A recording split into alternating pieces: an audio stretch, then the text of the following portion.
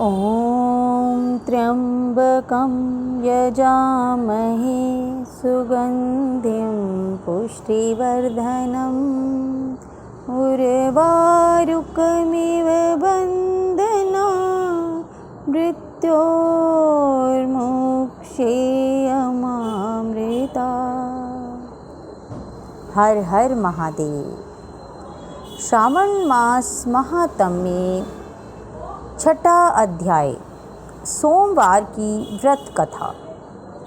श्री सनत कुमार ने श्री सदाशिव से कहा, हे देव, मैंने सब सुखों को देने वाले महात्म्यों को सुना। अब श्रावण महीने के सोमवार व्रत की कथा सुनाइए।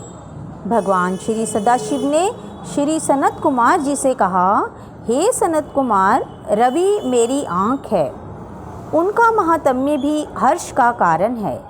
क्या मैं पार्वती सहित इस सोम नामक महात्म्य का वर्णन कर पाऊँगा? जो खुद में इस सोम महात्म्य के संबंध में आपसे कह सकूँगा, जो भी मैं इस महात्म्य के संबंध में आपसे कह सकूँगा कहूँगा। सोम नाम चंद्रमा का है। सोम ब्राह्मणों के राजा हैं। यज्ञ साधन सोमलता का नाम है। अब तुम ध्यान देकर इन नामों के कारण को सुनो। यह सोमवार मेरा स्वरूप है, इसीलिए इसको सोम नाम से पुकारा जाता है। यह संपूर्ण राज्य को प्रदान करने वाला होने के कारण उत्तम है। व्रत करने वाले को उत्तम फल प्रदान करने के कारण ही श्रेष्ठ है। हे सनत कुमार, अब तुम इसकी व्रत विधि सुनो। मैं विस्तार पूर्वक तुम्हारे सन्मुख कहूँगा। 12 महीनों के सभी सोमवार व्रत करना उत्तम है। यदि कोई 12 महीनों के व्रत न कर सके तो श्रावण मास के 4 या 5 सोमवार व्रतों को करे।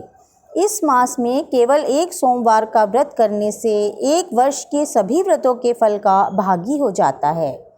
प्राणी को चाहिए कि श्रावण शुक्ल पक्ष के प्रथम सोमवार को प्रातःकाल सोम व्रत का संकल्प करे। यदि श्रावण मास में 5 सोमवार हो तो 5 ही सोमवार के दिनों में प्रातः संकल्प शाम को भगवान सदाशिव का अर्चन करें। सायंकाल में भगवान सदाशिव का षोडशोपचार से पूजन करें और फिर एकाग्र मन से भगवान श्री सदाशिव की कथा को सुने। मैं इस सोमवार व्रत की विधि को तुमसे कहता हूँ, ध्यानपूर्वक सुनो। श्रावण महीने में पहले सोमवार को इस उत्तम व्रत को ग्रहण करना चाहिए। स्नान आदि करके हर प्रकार से शुद्ध होकर श्वेत वस्त्र धारण करने चाहिए। काम, क्रोध, अहंकार, द्वेष, चुगलखोरी आदि का प्रयोग करना नहीं चाहिए। मालती, मल्लिका आदि श्वेत पुष्पों तथा नाना पुष्पों से तथा अभीष्ट उपचारों से मूल मंत्र ओम नमः शिवाय या त्र्यंबक मंत्र से अर्चन करना चाहिए और हाथ जोड़कर कहना चाहिए, सर्वनाशन महादेव का मैं ध्यान करता हूँ। उम्रनाथ, भव, शशिमौली का ध्यान करता हूँ। इस प्रकार देवेश का मनोहर उपचारों से अर्चन करना चाहिए। अपने धन के अनुसार इस व्रत को जो करता है उसको पुण्य फल को सुनो। सोमवार के दिन पार्वती के सहित भगवान सदाशिव को अर्चन जो करते हैं वह प्राणी पुनरावृत्ति रहित दुर्लभ लोक प्राप्त करते हैं। इस मास में नक्त व्रत के पुण्य को संक्षेप में कहूँगा। देव तथा दानवों से 7 जन्म के अभेद्य जो पाप हैं वह नक्त भोजन से नष्ट हो जाते हैं। इसमें संशय की रत्ती भर भी गुंजाइश नहीं। इस उत्तम व्रत को उपवास द्वारा करना चाहिए। इस व्रत के करने से पुत्र की इच्छा वाले को पुत्र की प्राप्ति, धन की इच्छा वाले को धन की प्राप्ति होती है और वह इस लोक में सभी भोगों को भोग कर अंत में उत्तम विमान द्वारा रुद्रलोक को जाता है और वहाँ जाकर भी पूजनीय हो जाता है। इस संसार को असार जानकर, मन, धन और जीवन को चलायमान जानकर प्रयत्न से व्रतोद्यापन करना चाहिए। धन को लोभ या मोह त्याग करें।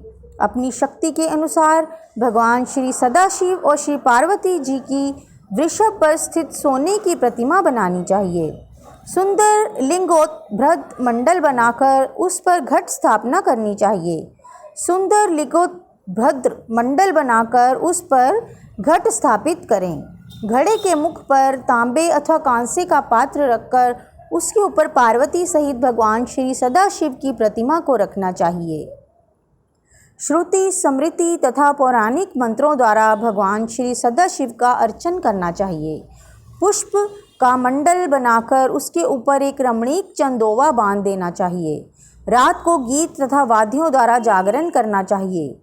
अपने गृह सूत्र विधान द्वारा बुद्धिमान को अग्नि का स्थापन करना चाहिए। सर्वभव नाशन आदि एकादश नामों द्वारा हवन करना चाहिए।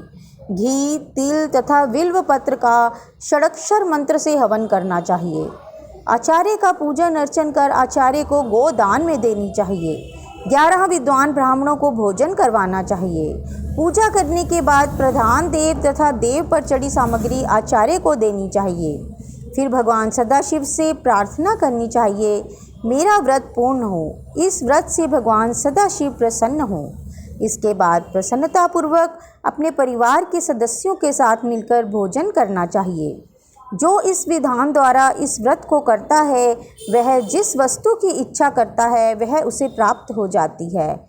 इस लोक में बहुत समय रहकर अपने इष्ट भोगों और पदार्थों को भोग कर अंत में उत्तम विमान द्वारा शिवलोक में जाकर पूजित हो जाता है। इस सोमवार व्रत को पहले भगवान श्री कृष्ण जी ने किया था, उसके पश्चात उत्तम राजाओं और धर्मात्माओं ने किया। सोमवार व्रत के महात्म्य को जो सुनेगा वह भी इस व्रत के फल का भागी होगा। तो बोलिए शिव शंकर भोलेनाथ और माता पार्वती की जय हो।